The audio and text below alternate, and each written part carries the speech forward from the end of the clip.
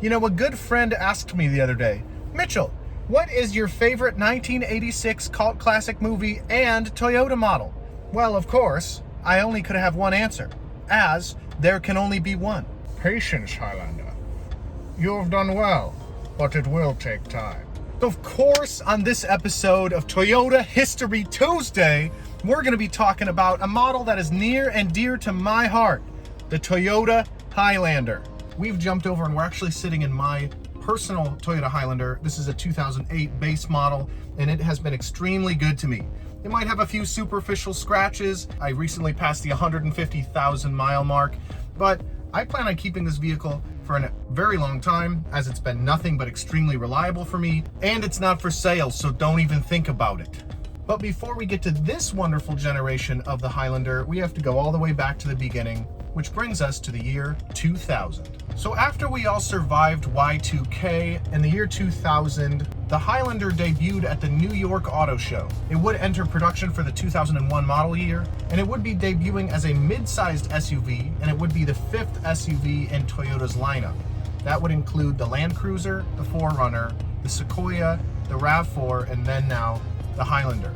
It would fall in size between the 4Runner and the RAV4, and the Highlander was a very unique debuting vehicle at the time. Traditional sports utility vehicles were basically tall car bodies that were placed body on frame onto a truck chassis. Land Cruisers, Sequoias, and 4Runners are done this way to this day, and it provides ruggedness and off-roading ability and the ability to basically take a beating and keep on chugging. The Highlander was a very unique vehicle as it was debuted as a part of a growing class that would be known as the crossover. The RAV4 was the original modern crossover, as a lot of people say, debuting in 1994. And basically what this meant was it was an SUV, tall, large interior body placed on a car chassis and built in a unibody formation. So the Highlander is actually placed on a modified Toyota Camry frame. That means the Toyota Highlander will have a greater focus on-road performance, smoothness, gas mileage, and things like that. Body-on-frame vehicles have a little bit worse gas mileage to provide a little bit more torque, a little bit more off-roading ability. Plus, the ride is designed to be smoother in a unibody car frame chassis, so having a vehicle of this size with this internal space that wasn't a minivan and had some SUV capabilities, a little bit of off-roading ability, but had a very smooth ride, great internal space and stuff like that, is what made the Highlander so unique when it was debuted at the time. To kind of show the difference between a body-on-frame truck chassis vehicle and a car frame unibody vehicle like the Highlander, let's compare the two mid-sized SUVs that Toyota had at the time in 2001. And that would be the Highlander, and that would be the Toyota 4Runner.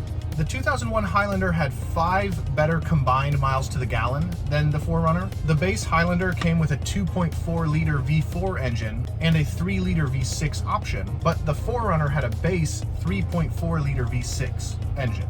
The base Highlander had 54 less foot-pounds of torque than the 4Runner and 2,000 less pounds of towing capacity, which brought it to 3,000 pounds of towing capacity, which was still solid, and could still pull a trailer and things like that, but was a little bit less than the high torque 4Runner designed on this rugged truck chassis. So it entered production in 2001 and quickly became a top seller, and only a few years later would become Toyota's best-selling SUV.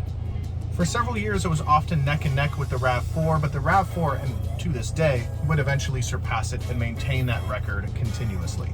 It seated 5 initially, but then quickly advanced to seating 7 occupants. And people really liked the combination of solid gas mileage, the size, and the comfort. Goofily, and a little bit of trivia for you guys here, in the Japanese market and the Australian market, there was an outstanding trademark for the name Highlander in a vehicle, so Toyota renamed, just for those markets, the Toyota Highlander the Toyota Kluger.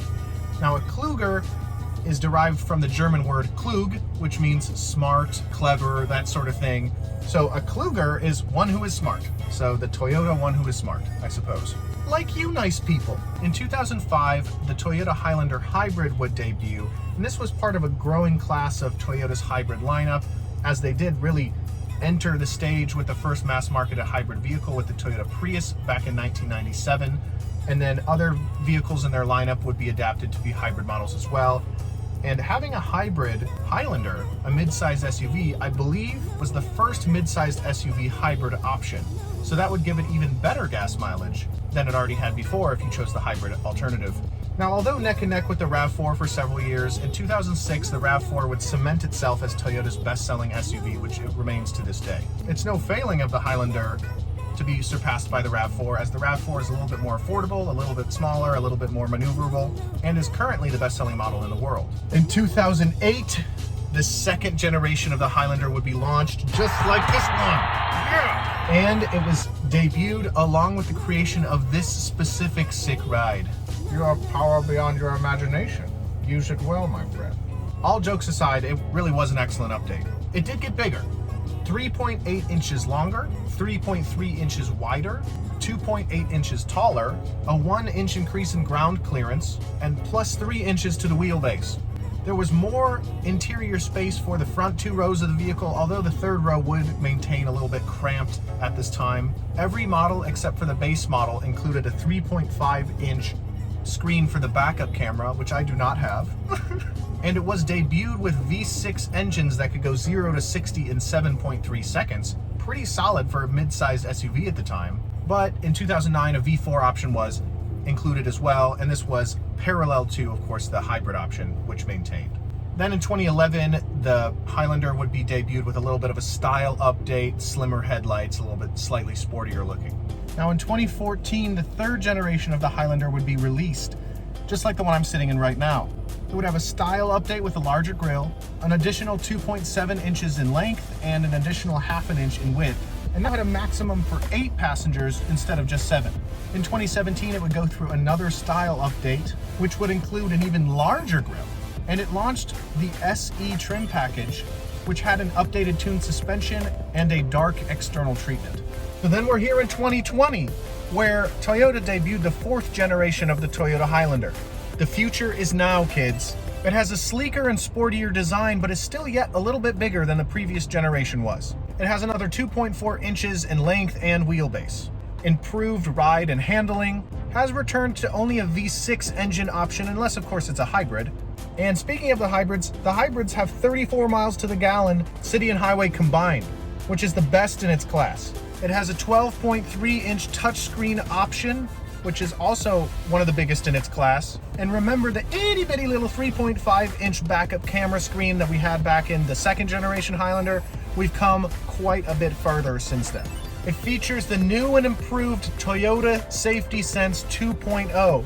And you know they're serious because they added a .0. They could have just said Toyota Safety Sense 2, but it's a 2.0, so you know it's real. Tons of safety features. If you're really interested in what all is included in the Toyota Safety Sense 2.0, I suggest you Google it, as there are a variety of cool things such as automatic high beams, lane departure alert, collision detect, and all these sorts of other things. So it's a fantastic set of safety features, but I'm going to move on for the purpose of this video. It got pumped full of comfort options like Apple CarPlay, Android Auto, Sirius XM, Waze, Amazon Alexa compatibility, and several other options. Auto Trader publication awarded the Highlander for the best mid-sized SUV, and this is part of the Highlander's legacy as always being a very successful and very high-performing model. It's very common for vehicle models to kind of have a weaker generation that doesn't necessarily perform as higher caliber as some of the other ones in its history, but that has not quite been true for the Highlander. The Highlander has consistently been a top performer, consistently been a top seller, and you really can't go wrong with a Highlander. So that does take us to the modern day in the Toyota Highlander history. I'm sitting in one of the future 4th generation Toyota Highlander XLE models in a moon dust color, so it's a really great model, but we are up to the current day. Really, the fact is you can't go wrong with a Highlander.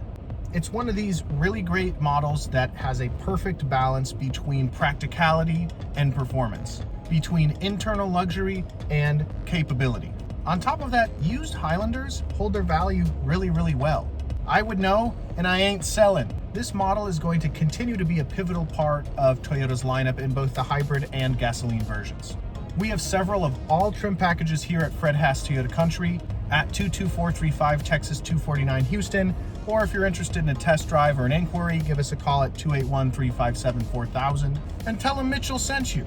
So that's our Toyota History Tuesday episode on the history of the Toyota Highlander. Thanks so much for watching. Remember, there can only be one, and I'll see you in the next video. Thanks a lot, guys.